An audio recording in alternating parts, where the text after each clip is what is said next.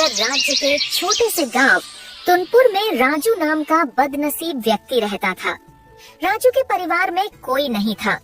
राजू अनाथ था। राजू जब थोड़ा समझदार हुआ ही था, तभी उसके माता पिता का एक एक्सीडेंट में देहांत हो गया था। तब से राजू अकेले ही रहता था। राजू गांव के बाहर एक छोटी सी झोपड़ी बनाकर रहता था। राजू की आर्थिक स्थिति बहुत खराब थी। वो बहुत गरीब था। राजू किसी तरह दूसरों के खेतों में काम कर अपना पेट पालता था। राजू ने बचपन से बहुत परेशानियां देखी थी, परंतु उसने कभी अपने नसीब को नहीं कोसा था। राजू हमेशा सिर्फ एक ही चीज सोचता था कि आज उसकी नसीब भले उसका साथ ना दे रही हो, पर उसको भरोसा था कि अगर वो मेहनत करता रहेगा तो एक न एक दिन उसकी नसीब भी बदल जाएंगी और उसके तकदीर का दरवाजा भी खुल जाएगा। एक दिन इसी तरह राजू श्यामलाल जमींदार के खेत पर काम कर रहा था और श्यामलाल पास ही के पेड़ के नीचे बैठा हुआ था। राजू अपने काम में मस्त होता है, तभी राजू को श्यामलाल के रोने की आवाज आती है। श्यामलाल को रोता देख राजू फौरन उसके पास जाता है। क्या हुआ मालिक, आप क्यों रो रहे हो? कुछ हुआ है क्या? मुझे बताइए, शायद मैं कुछ आपकी मदद कर सकूं। राजू से इस तरह मदद के लिए सुन श्यामलाल थोड़ा भड़क जाता है। अरे राजू, तू क्या मेरी मदद करेगा जब तू अपनी खुद की मदद नहीं कर सकता? तू किसी की मदद करने लायक होता तो आज मेरी जमीन पर काम नहीं कर रहा होता। सेठ जी, ऐसी कोई बात नहीं है। सब नसीब का खेल होता है और नसीब एक तराजू की तरह होती है। जिसके तरफ मेहनत का वजन बढ़ेगा वो धीरे धीरे उसकी ओर झुक जाएगी। मेरा क्या है, मैं बस अपनी मेहनत पर विश्वास करता हूँ। आज नहीं तो कल नसीब का तराजू मेरी तरफ भी झुकेगा और मेरे भी तकदीर का दरवाजा खुलेगा। राजू से इस तरह की बातें सुन श्यामलाल को बहुत प्रसन्नता होती है। क्या बात है राजू, तुझे और तेरी सोच को मेरा सलाम। इतनी मुसीबत से तू अपनी जिंदगी काट रहा है, फिर भी तू अपनी हिम्मत नहीं हारता। ऐसी कोई बात नहीं है सेठ जी, ये सब तो मेरे पिताजी की सीख का नतीजा है। मैं जब भी किसी चीज के लिए जिद करता था तब मेरे पिताजी मुझे बस एक चीज कहते थे। देख बेटा राजू, आज मेरे पास इतने पैसे नहीं हैं कि मैं तेरी हर इच्छा पूरी कर सकूं, पर तू मेरी ये बात याद रखना, हमारी ये जिंदगी भी किसी मौसम की तरह है। कभी बहुत धूप तो कभी बहुत ठंड तो कभी बहुत वर्षा, पर तुम्हें उस एक वृक्ष की तरह हमेशा डट के खड़े रहना होगा और बस मेहनत करते रहना होगा, क्योंकि हर मौसम का एक समय होता है। इसी तरह हर दुख का भी एक समय होता है। एक ना एक दिन वो भी समाप्त हो ही जाएगा। बस तुम कभी हिम्मत मत हारना। वाह, क्या सोच थी तुम्हारे पिताजी की। काश मैं भी उनसे मिल पाता। अरे सेठ जी, ये सब तो बीती बातें हैं, ये सब छोड़िए और मुझे पहले ये बताइए, आप क्यों रो रहे थे? अरे राजू, अब क्या बताऊं तुझे, मैं एक बहुत बड़ी मुसीबत में फंस गया हूँ। मुझे कुछ समझ नहीं आ रहा है कैसे इस समस्या से बाहर निकलूं। क्या हुआ सेठ जी, जरा साफ साफ बताइए। राजू, मेरे पास मेरे पिताजी की एक जमीन है जिस पर मेरा और मेरे भाई का पूरा हक बनता है, पर मेरे चाचा के बच्चों ने उस पर अपना हक जता लिया है। बस इतनी सी बात। एक काम कीजिए सेठ जी, आप अपने गांव के पुलिस स्टेशन में जाकर अपने चचेरे भाइयों पर जमीन हड़पने का केस कर दीजिए। अरे इसका कोई फायदा नहीं है राजू, हमारे गांव का विधायक मेरे चाचा के लड़के का बहुत अच्छा मित्र है, इसलिए तो इतना परेशान हूँ। क्योंकि अगर गांव का विधायक उनके साथ है तो मैं कानूनी तौर पर भी उस जमीन को अपना साबित नहीं कर पाऊंगा। अब तो मेरे चचेरे भाइयों ने उस पर मजदूर लगाकर खेती भी शुरू करवा दी है। हाँ सेठ जी, आपकी ये बात तो सही है, और अगर आप कानूनी तौर पर जमीन को अपने नाम करने की सोचोगे तो शायद आपके पोते बड़े हो जाएं, पर केस चलता रहेगा। हाँ राजू, अब तू ही बता मैं क्या करूं। वो जमीन मेरे पिताजी ने बहुत मेहनत करके ली थी, मैं किसी भी हाल में वो जमीन अपने नाम करके रहूंगा। अगर ऐसी बात है तो मेरे पास एक तरकीब है सेठ जी, जिससे आपके चचेरे भाई खुद ये जमीन आपके नाम करवा देंगे। क्या बोल रहा है राजू, जल्दी बता मुझे भी वो तरकीब। राजू ने अपनी पूरी तरकीब श्यामलाल को समझा दी। तरकीब सुनते ही श्यामलाल राजू से कहता है, क्या बात है राजू, क्या तरकीब निकाली है? तू तो बहुत समझदार है। धन्यवाद सेठ जी।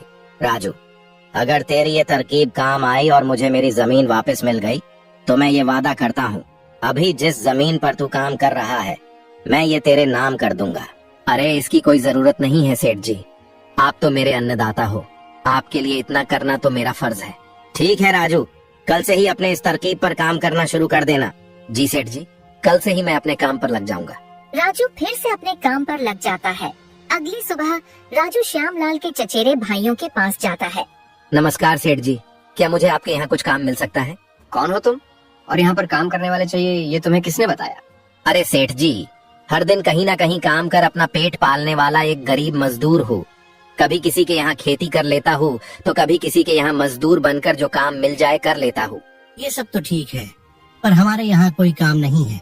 बस क्या सेठ जी, मैंने सुना है पूरे गांव के सबसे बड़े जमींदार आप लोग हों और पूरे गांव में सबसे बड़ी जमीन आप लोगों के पास है, तो मुझे लगा कि मुझे यहाँ तो काम आराम से मिल जाएगा। नहीं भाई, हमारे पास कोई काम नहीं है।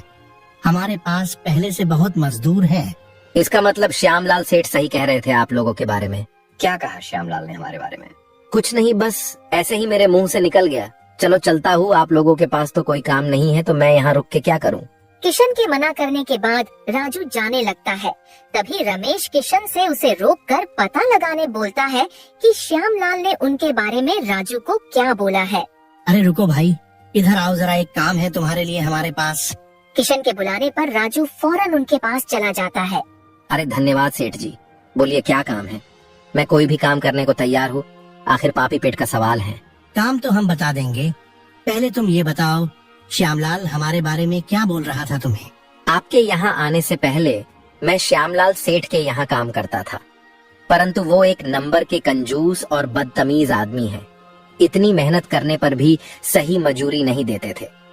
इस बात पर कल मेरी उनसे बहस हो गई थी। फिर क्या हुआ? क्या कहा तुमको श्यामलाल ने हमारे बारे में?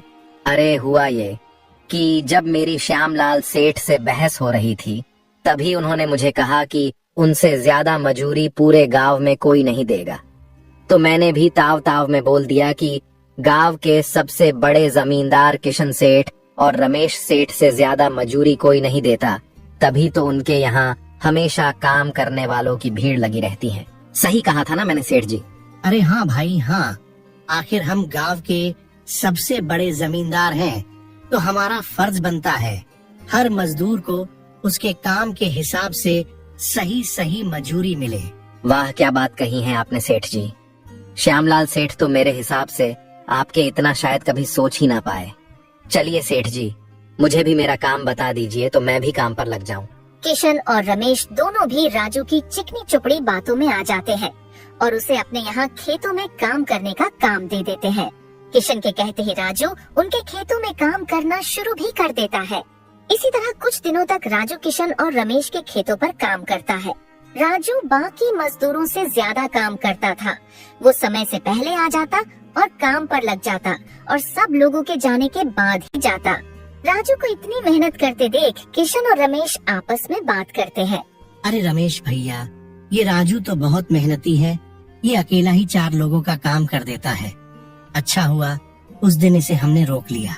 हाँ भाई, बात तो तू पते की कर रहा है। अच्छा हुआ राजू को हमने अपने यहाँ काम पर रख लिया। वो बहुत मेहनती और ईमानदार भी है। आजकल के जमाने में ऐसा व्यक्ति मिलना घास के ढेर में सुई ढूंढने की तरह है। हाँ भैया, कुछ भी कहो, मेहनती तो बहुत है राजू।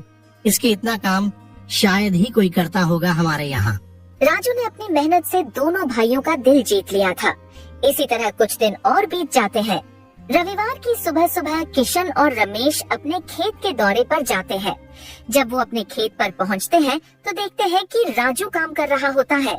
राजू को रविवार को भी काम करता देख किशन बोलता है, अरे राजू भाई, रविवार के दिन भी तुम काम कर रहे हो, आज तो आराम कर लिया होता। आराम? वो क्या होता है? अकेला रहता हूँ घर पर, और अकेला व्यक्ति घर पर रहकर क्या ही आराम करेगा। इसलिए सुबह जल्दी ही आ जाता हूँ और काम पर लग जाता हूँ। इसमें मेरा दिल लगा रहता है। तुम बहुत मेहनती व्यक्ति हो। एक काम करो, आज तुम काम रहने दो, जाओ जाकर वहाँ पेड़ के नीचे आराम करो। नहीं सेठ जी, इसकी कोई जरूरत नहीं। आप लोग जाइए, मैं ठीक हूँ। मुझे काम करना पसंद है। ठीक है राजू, फिर हम निकलते हैं। तुम्हारा जब मन करे अपने घर चले जाना। ठीक है सेठ जी। इसके बाद किशन और रमेश खेत को राजू के भरोसे छोड़ वहाँ से चले